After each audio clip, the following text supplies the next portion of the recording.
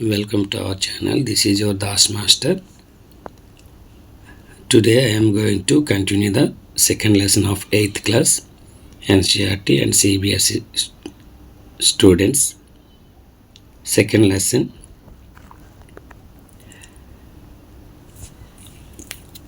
company rule expands.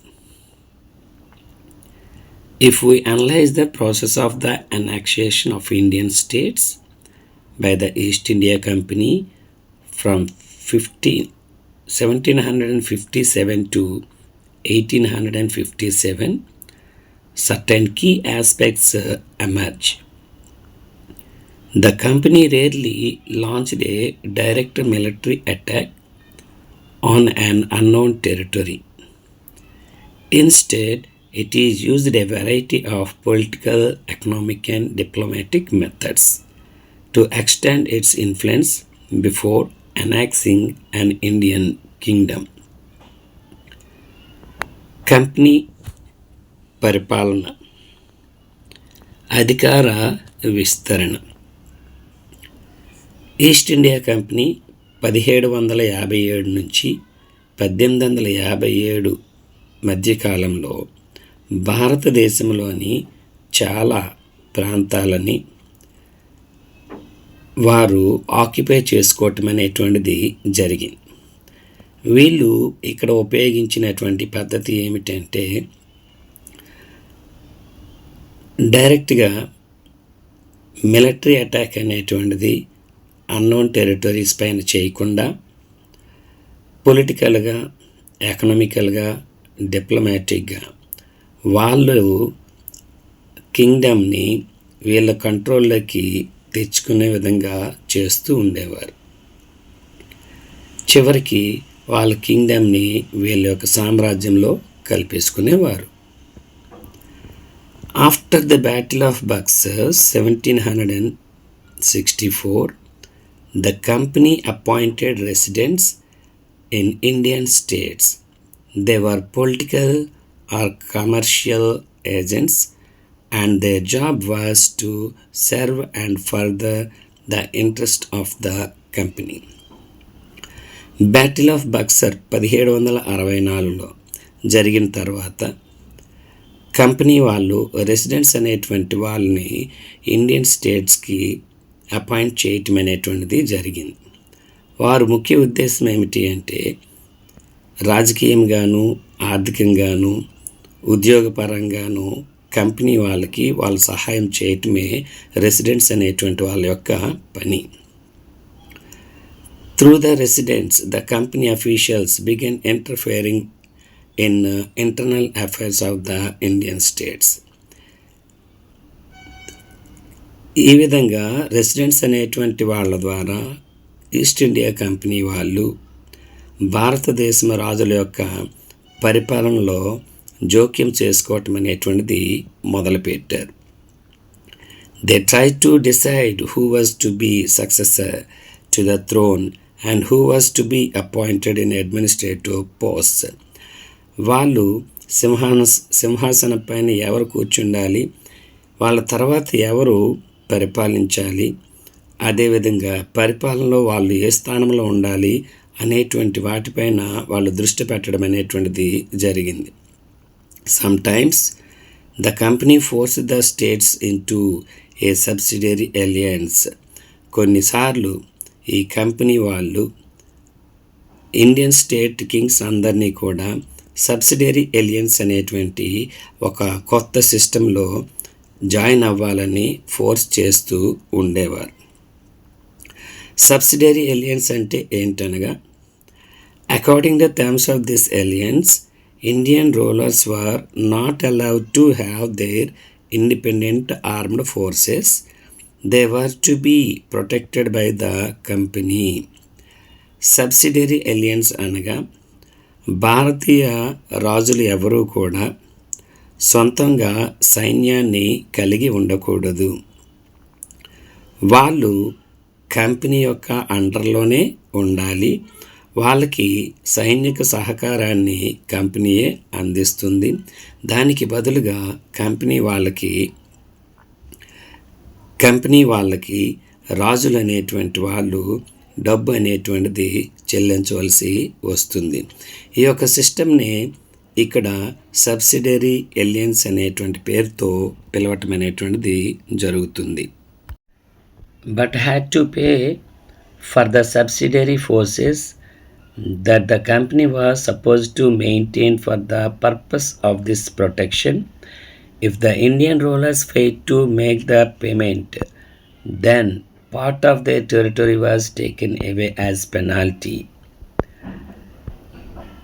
For example, when Richard Wellesley was the Governor General from 1798 to 1805, the Nawab of Awadh was forced to give over half of his territory to the company in 1801.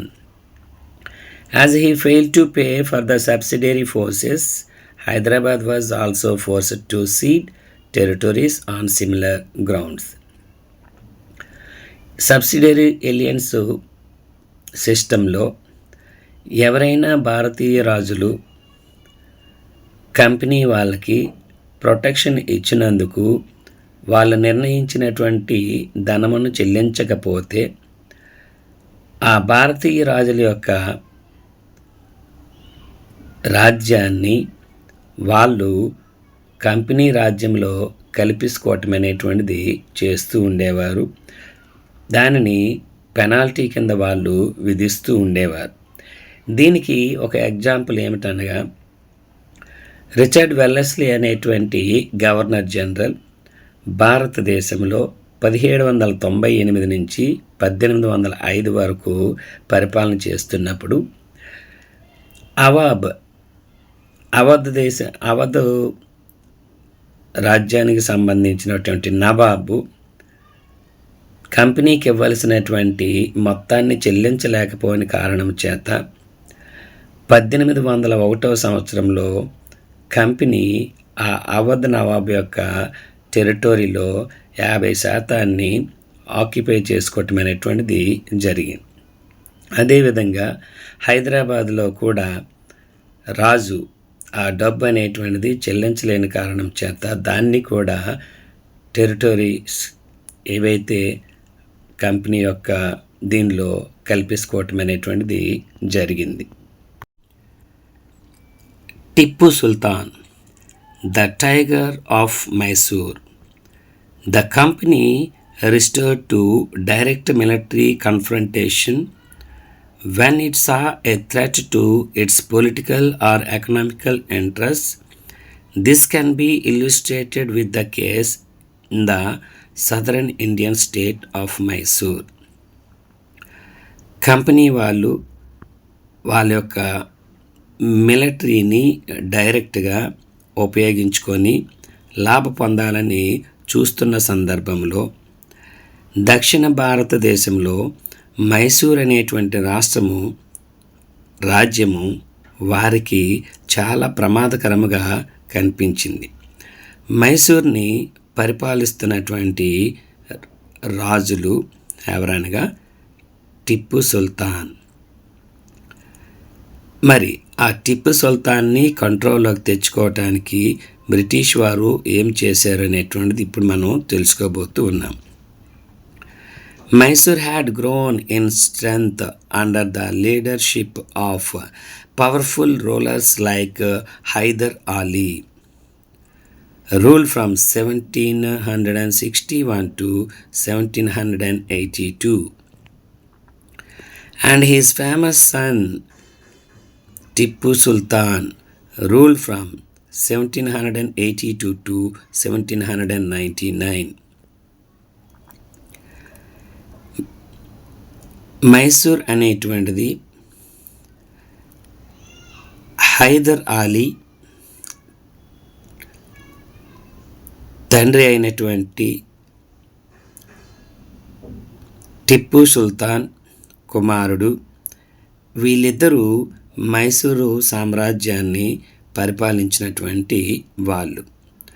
Hyder Ali మైసూర్ని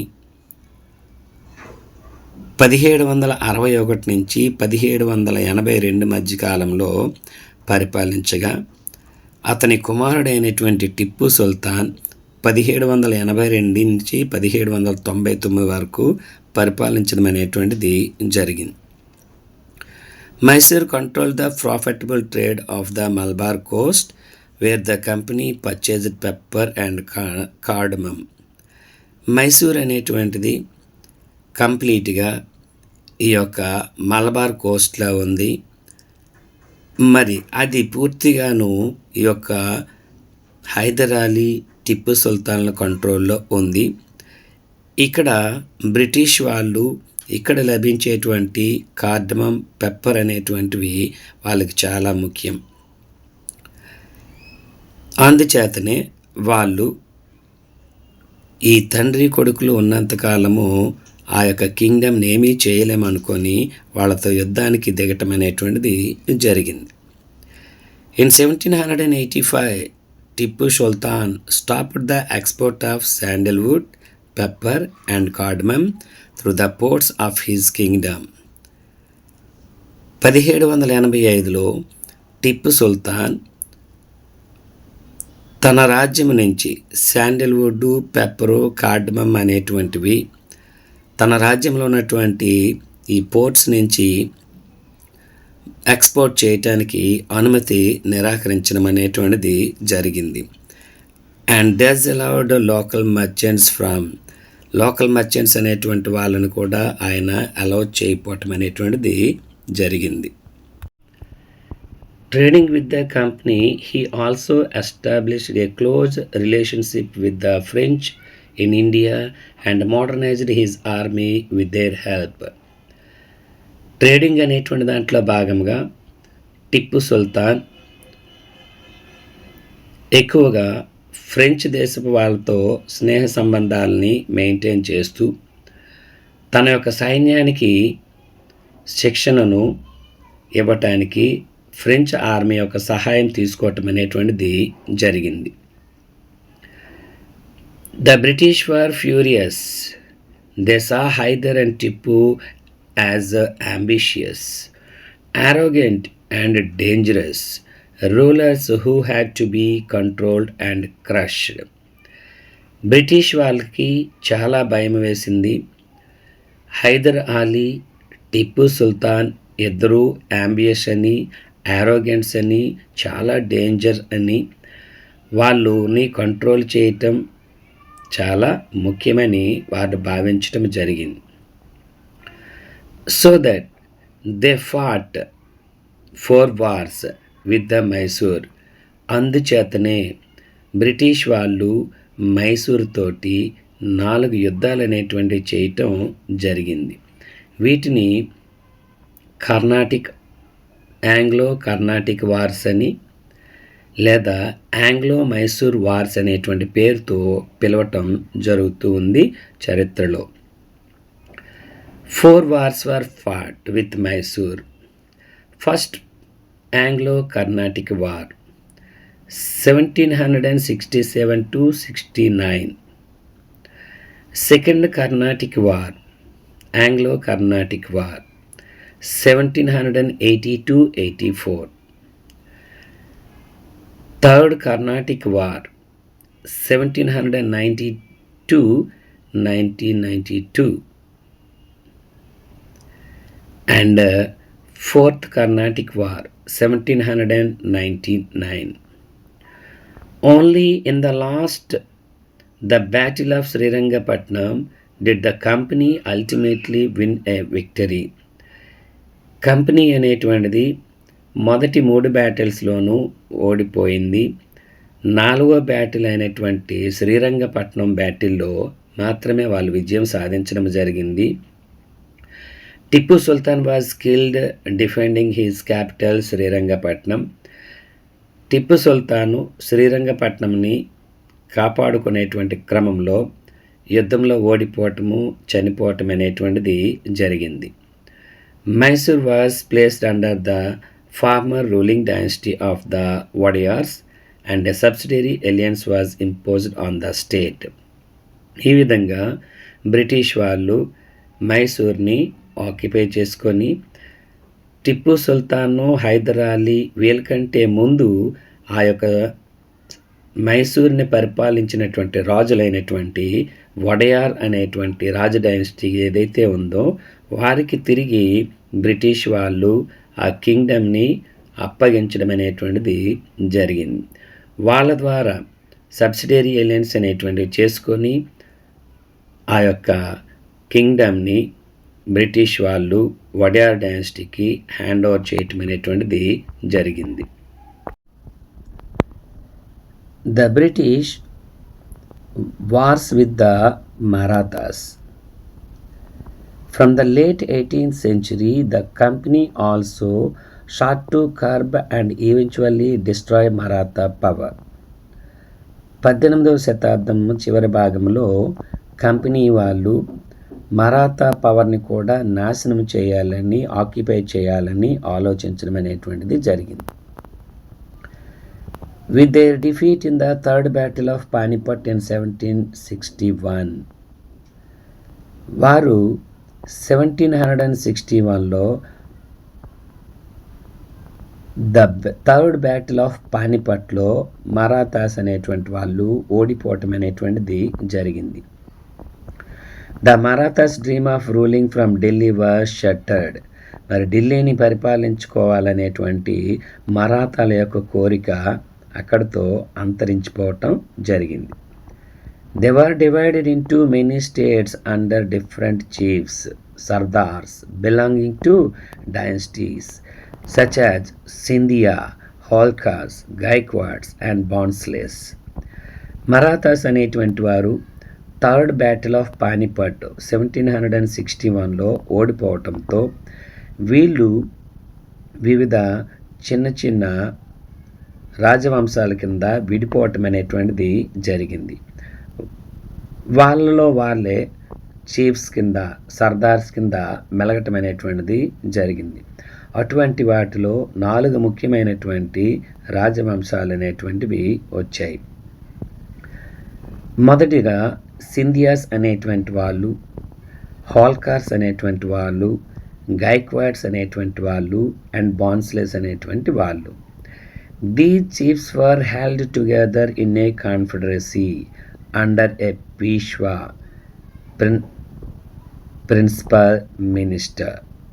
వీళ్ళందరూ కలిపి Confederacy అంటే aliens కింద ఏర్పడి ఒకరి ఆధ్వర్యంలో పనిచేయటానికి సిద్ధంగా ఉన్నారు. అతడినే పీష్వా అనేటువంటి పేరుతో పిలిచేవారు. పీష్వా అనగా principal minister or prime minister అనేటువంటిది అర్థం. Who became its effective military and administrative head based in Pune.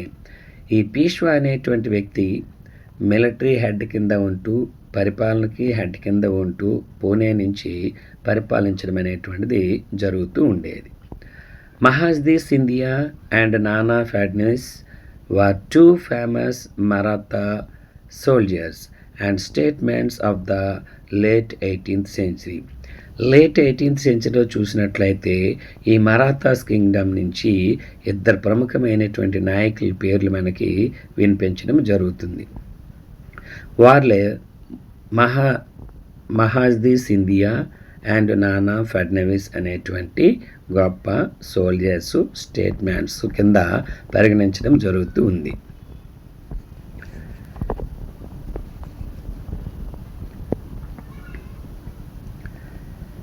The Marathas were subdued in a series of wars.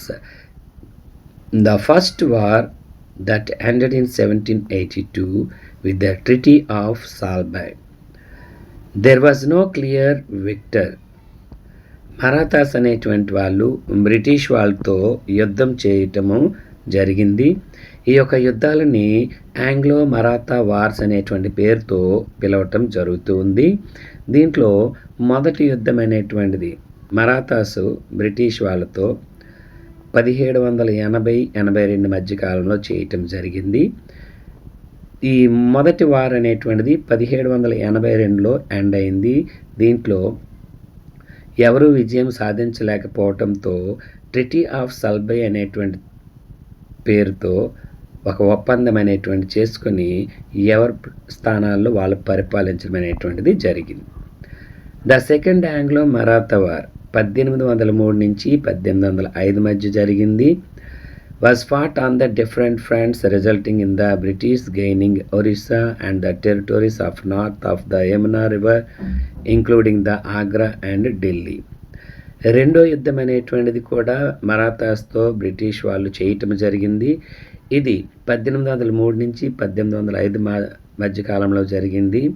దీనిలో బ్రిటిష్ వాళ్ళు చాలా ప్రాంతాలని, మరాఠాస్ యొక్క కంట్రోల్ ఉన్న ప్రాంతాలన్నింటినీ ఆక్యుపై చేసుకోవటం జరిగింది. వాటిలో ముఖ్యంగా ఒరిస్సా, అదేవిధంగా northern territories of Yamuna river, Agra and Delhi, వీటిని బ్రిటిష్ వాళ్ళ కంట్రోల్లో తీసుకోవటం జరిగింది ఈ రెండో మరాఠా వార్ వల్ల.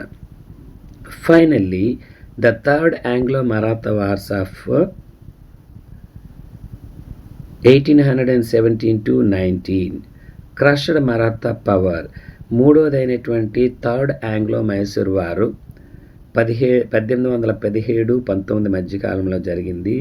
దీనిలో పూర్తిగా మరాఠాస్ అనేటువంటి వాళ్ళు బ్రిటిష్ పూర్తిగా ఓడించడం అనేటువంటిది జరిగింది. The Peshwa was removed and sent away to Bithur near Kanpur with a pension. The company now had complete control over the territories south of the Vindhyas. మరి కాన్ఫరెన్సీకి హెడ్ అయినటువంటి పీష్వా అనేటువంటి వాడిని ఈ యుద్ధం నుంచి ఓడించిన తర్వాత అతడిని ఆ పదవి నుంచి తొలగించి కాన్పూర్ దగ్గర బితూర్ అనేటువంటి ప్రదేశానికి ఒక పెన్షనర్ కింద అతన్ని పంపించి వేయటం అనేటువంటిది జరిగింది. ఈ విధంగా బ్రిటిష్ వాళ్ళు 3 మరాఠా యుద్ధాలు అనేటువంటివి చేసి వింధ్యా పర్వతాలకి దక్షిణాన ఉండేటువంటి ప్రాంతాలన్నింటినీ కూడా కంప్లీట్గా వాళ్ళ కంట్రోల్లో తెచ్చుకోవటం అనేటువంటిది జరిగింది. In the late 1830s, the East India Company became worried about Russia. It imagined that Russia might expand across Asia and enter India from the northwest. British వాళ్ళు 1830 వచ్చినాటికి రష్యా అనేటువంటి దేశం గురించి ఆందోళన చెందటం ప్రారంభించారు. ఎందుకంటే నార్త్ వెస్ట్ ప్రాంతం నుంచి రష్యా అనేటువంటిది కూడా కింగ్డమ్ని ఎక్స్పాండ్ చేసుకుంటుంది. వాళ్ళు కానీ ఏషియాలోకి ముఖ్యంగా భారతదేశంలోకి ఎంటర్ అవుతారేమని భయం. Driven by this fear, the British now wanted to secure their control over the northwest. దీనిని భయంగా కలిగినటువంటి బ్రిటిష్ వాళ్ళు నార్త్ వెస్ట్ ఫ్రాంటియర్లో చాలా స్ట్రాంగ్గా ఉండాలని, ఆ ప్రాంతాలను వాళ్ళ కంట్రోల్లో తెచ్చుకోవాలని ప్రయత్నం చేశారు.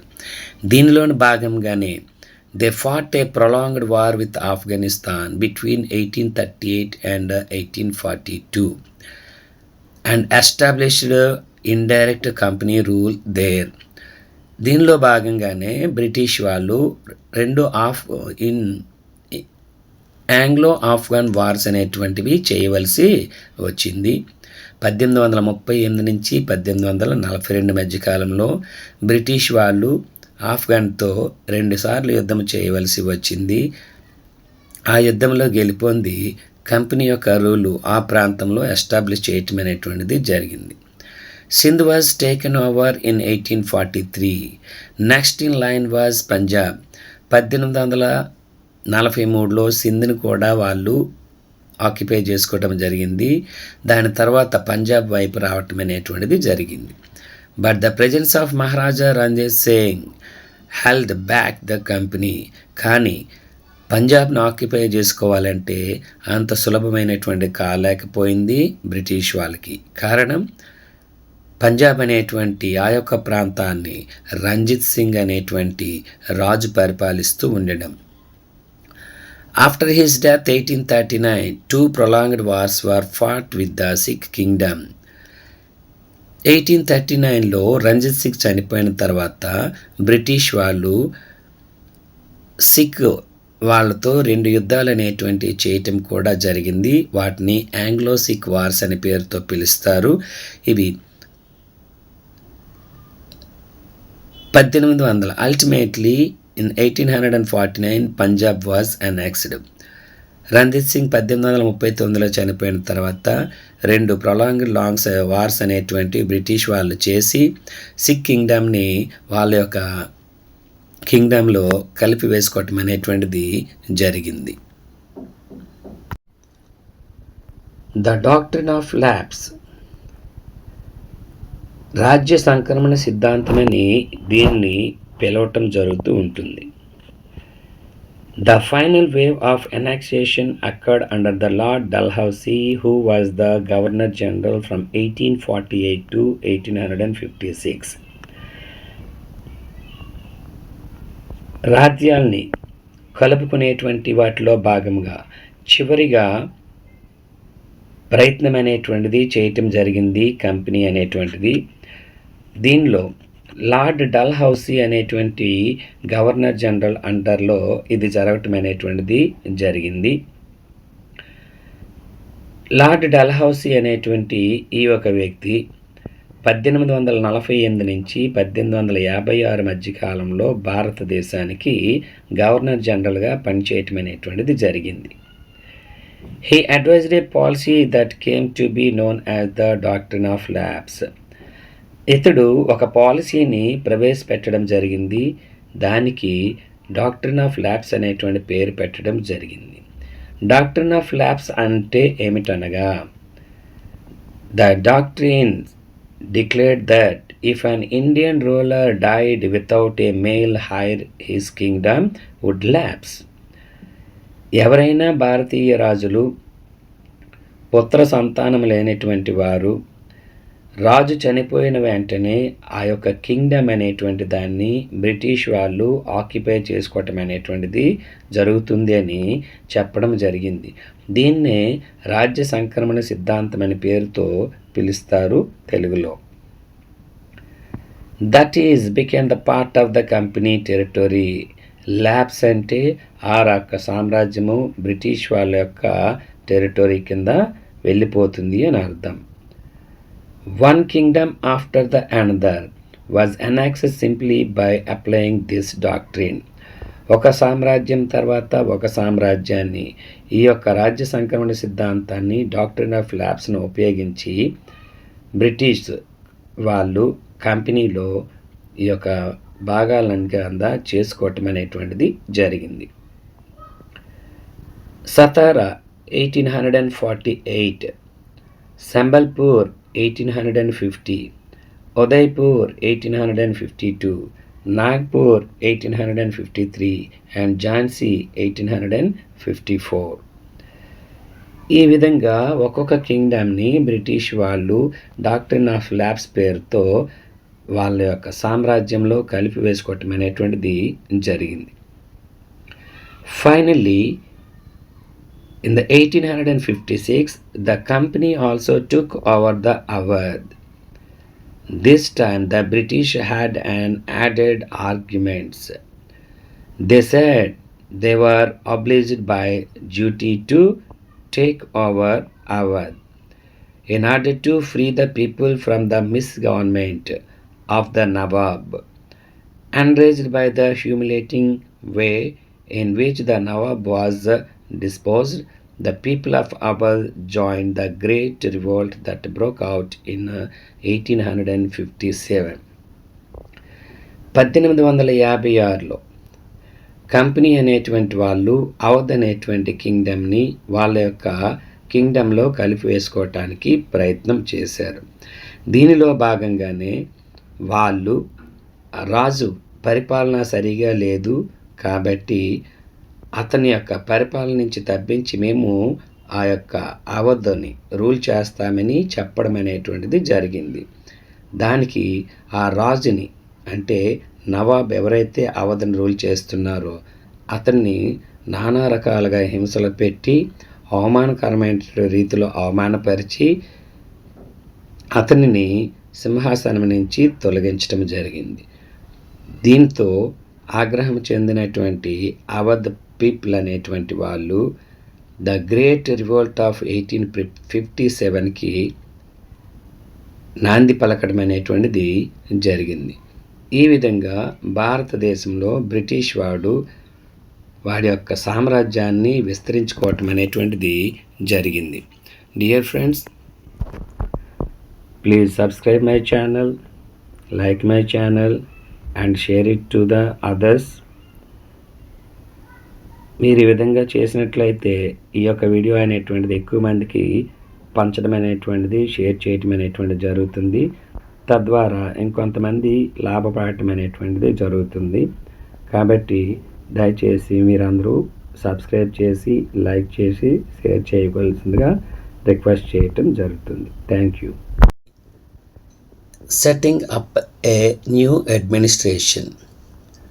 Warren Hastings, Governor General from 1773 to 1785, was one of the many important figures who played a significant role in the expansion of the company power. By his time, the company had acquired power not only in Bengal but also in Bombay and Madras. Warren Hastings governor general కింద 1773 నుంచి 1785 మధ్య కాలంలో company తరపు నుంచి పరిపాలించడం అనేటువంటిది మొదలుపెట్టారు. ఇతడు కంపెనీకి అధికారాలని విస్తరించడమే కాకుండా బెంగాల్లోనే రాజ్య స్థాపన కాకుండా ఇంకా బాంబే, మద్రాస్ అనేటువంటి ప్రెసిడెన్సీల్లో కూడా అధికారాన్ని విస్తరింప చేయటం జరిగింది. British territories were broadly divided into administrative units called presidencies. British వాళ్ళు పరిపాలనా సౌలభ్యం కొరకు కింగ్డమ్ని ప్రెసిడెంట్స్ కింద డివైడ్ చేయటం అనేటువంటిది జరిగింది. There were 3 presidencies. అవి ముఖ్యంగా 3 ప్రెసిడెన్సీస్ కింద చెప్పుకోవటం అనేటువంటిది జరుగుతుంది. మొదటిది బెంగాల్, రెండవది మద్రాస్, మూడవది Bombay. Each was ruled by A governor. Presidencies అనేటువంటి వాటిని గవర్నర్ అనేటువంటి వాళ్ళు రూల్ చేస్తూ ఉండేవారు. The supreme head of the administration was the governor general. ఈ గవర్నర్ జనరల్ ఎవరైతే ఉన్నారో అతడు పరిపాలన అంతటికీ కూడా ప్రముఖమైనటువంటి వ్యక్తి కింద ఉండేవాడు. అతని అండర్లో ఈ గవర్నర్స్ అనేటువంటి వాళ్ళు పనిచేస్తూ ఉండేవారు. Warren Hastings, the first governor general, introduced several administrative reforms, notably in the sphere of justice. భారతదేశాన్ని కంపెనీ తరపు నుంచి రూల్ చేసినటువంటి మొట్టమొదటి గవర్నర్ జనరల్ ఎవరంటే వారన్ హేస్టింగ్స్ అనేటువంటి వ్యక్తి. ఇతడు భారతదేశ పరిపాలనలో చాలా మార్పులు అనేటువంటి తేవటం జరిగింది. ముఖ్యంగా ఈ యొక్క న్యాయ పరిధిని స్థాపించటం, దానికి సంబంధించినటువంటి సిస్టమ్స్ అన్నిటిని కూడా పరిచయం చేయటం అనేటువంటివి జరిగింది.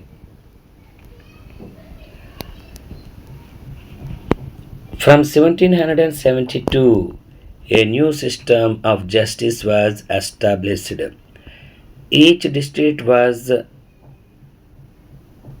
to have 2 courts, a criminal court, Fauzdari Adalat, and a civil court, Diwani Adalat.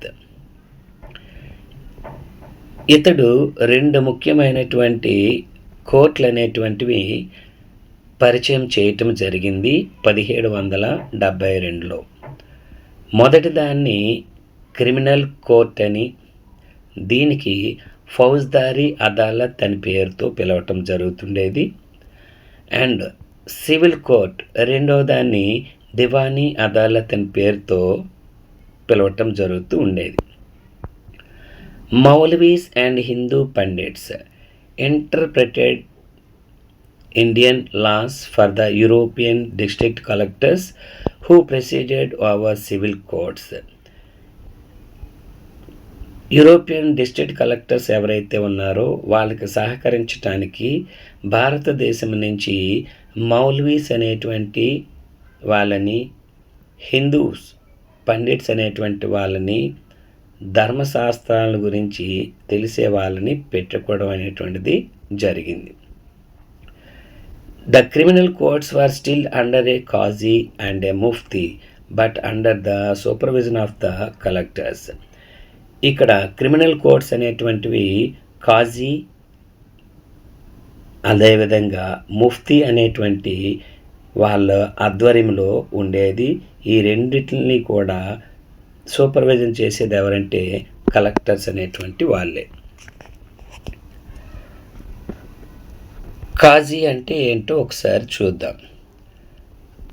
Qazi a judge, Mufti a jurist of the Muslim community responsible for the expanding the law that the Qazi would administer. Mufti అనేటువంటి వాడు ముస్లిం కమ్యూనిటీకి చెందినటువంటి ఒక న్యాయవేత్త. అతడు ఆ ముస్లిం సిద్ధాంతాలు ఏవైతే ఉన్నాయో వాటిని గురించి బ్రిటిష్ వారికి తెలియజేస్తూ ఉండేవాడు. Impeachment, most important term. A trial by the House of Lords in England for charges of misconduct brought against a person in the House of Commons. Impeachment అనేటువంటిది బ్రిటన్ దేశంలో రాజులందరూ ఉండేటువంటి పెద్దల సభ. దీంట్లో ఎవరైనా సరే మిస్కండక్ట్ అనేటువంటిది చేసినట్లయితే, వాళ్ళపైన ఎవరైనా కంప్లైంట్ చేసినట్లయితే వాళ్ళని ఈ హౌస్ ఆఫ్ కామన్స్ అనేటువంటి దాంట్లో డిస్కషన్స్ అనేటువంటివి చేసి తప్పు అనేటువంటిది జరిగితే అతడిని పదవి నుండి తొలగించడం అనేటువంటిది జరుగుతూ ఉండేది. ఈ యొక్క ప్రాసెస్ని ఇంపీచ్మెంట్ అనేటువంటి పేరుతో పిలుస్తారు. ప్రస్తుతానికి మన దేశంలో ఈ ప్రాసెస్లో ఐఏఎస్ ఆఫీసర్సు, ఐపీఎస్ ఆఫీసర్సు, కొంతమంది రాజకీయ నాయకులకి ఒకళ్ళు తప్పు చేసినట్లయితే వాళ్ళని ఈ ఇంపీచ్మెంట్ ప్రాసెస్ ద్వారా తొలగించడం అనేటువంటిది జరుగుతుంది. Dear friends, please. A major problem was that the Brahmin Pandits gave different interpretations of the local laws based on different schools of the Dharmasastras. To bring about the uniformity, in 1775, 11 Pandits were asked to compile a digest of Hindu laws. N.B. Halhed translated this digest into English. By 1778, a code of Muslim laws was also compiled for the benefit of European judges. Under the Regulating Act of 1773, a new Supreme Court was established, while a Court of Appeal, the Sadar Nizamat Adalat, was also set up at Calcutta. భారతదేశంలోని Brahman pundits అనేటువంటి వాళ్ళు ఇచ్చినటువంటి judgements అన్నీ కూడా కొంత వెలితిగా కనిపిస్తూ ఉండేవి. అందుకోసమని వాళ్ళు డిఫరెంట్ ధర్మశాస్త్రాస్ అనేటువంటి వాటిని కూడా స్టడీ చేసి వాటన్నింటిలో కూడా యూనిఫామిటీ అనేటువంటి తీసుకురావాలని ప్రయత్నం చేయటం జరిగింది. దీనికోసం 1775లో ఒక 11 మంది ఈ పండిట్స్ అనేటువంటి వాళ్ళు హిందూ లాస్ అనేటువంటి ఒక దాన్ని రచించడం జరిగింది. దాన్ని N B Halhed translated this digest into English. వాళ్ళు ఇచ్చినటువంటి దీన్ని ఎన్బి హల్హెడ్ అనేటువంటి ఆయన ఇంగ్లీష్లోకి అనువదించడం జరిగింది. అదేవిధంగా 1778లో కోడ్ ఆఫ్ ముస్లిం లాస్ అనేటువంటి దాన్ని కూడా తయారు చేయటం జరిగింది. ఇది కూడా యూరోపియన్ జడ్జెస్కి సులభంగా ఉండటానికి ఇవ్వటం అనేటువంటిది జరిగింది. దీనిలో భాగంగా ద రెగ్యులేటింగ్ యాక్ట్ ఆఫ్ 1773 అనేటువంటిది తీసుకురావటం జరిగింది. Regulating act 1773.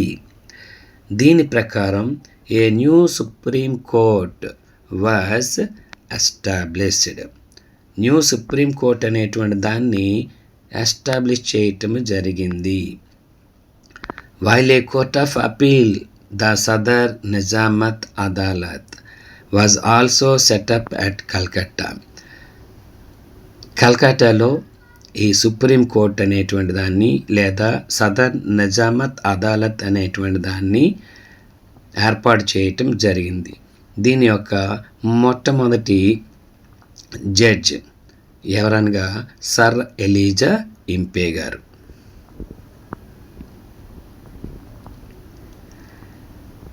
The principal figures in an Indian district was the collector. As the title suggests, his main job was a collect revenue and taxes and maintain law and order in his district with the help of judges, police officers and darogas. His office, the collectorate, became the new center of power and patronage that the steadily replaced previous holders of authority. భారతదేశంలో collector అనేటువంటి పోస్ట్ని introduce చేయటం జరిగింది. దీని ప్రకారం collector అనగా the person who collects the revenues and taxes, ఎవరైతే రెవెన్యూని taxes రూపంలో collect చేయటం అనేటువంటిది ఉంటుంది. అలాగే లా అండ్ ఆర్డర్ అనేటువంటి దాన్ని మెయింటైన్ చేయవలసి ఉంటుంది. అతడు ఏ జిల్లాకి కలెక్టర్ అయితే ఆ జిల్లాలో ఇతనికి సహాయం చేయటానికి జడ్జెస్ అనేటువంటి వాళ్ళు, పోలీస్ ఆఫీసర్స్ అనేటువంటి వాళ్ళు, అదేవిధంగా ఇన్స్పెక్టర్స్, డరోగస్ అనేటువంటి వాళ్ళు పనిచేస్తూ ఉంటారు. ఇతడు పనిచేసేటువంటి కార్యాలయానికి కలెక్టరేట్ అనేటువంటిది పేరు కూడా ఇవ్వటం జరిగింది. became the new center of power and patronage that steadily replaced previous holders of authority. ఇది నెమ్మదిగా కలెక్టర్ అనేటువంటి వాడికే పూర్తి అధికారాలు అనేటువంటి ఇవ్వటం జరిగింది. అప్పటి వరకు ఉన్నటువంటి అధికారులు నెమ్మదిగా తొలగించడం అనేటువంటిది జరిగింది. ఈ విధంగా వారన్ హేస్టింగ్స్ అనేటువంటి వ్యక్తి భారతదేశంలో సంస్కరణలు అనేటువంటివి చేయటం జరిగింది. డియర్ ఫ్రెండ్స్, ఈ యొక్క వీడియోని చూసి లైక్ చేసి షేర్ చేసి ఎవరైనా సబ్స్క్రైబ్ చేసుకోకపోతే సబ్స్క్రైబ్ చేసి నాకు సపోర్ట్ చేయవలసిందిగా కోరటమైంది. ఇట్లు మీ దాస్ మాస్టర్. Thank you.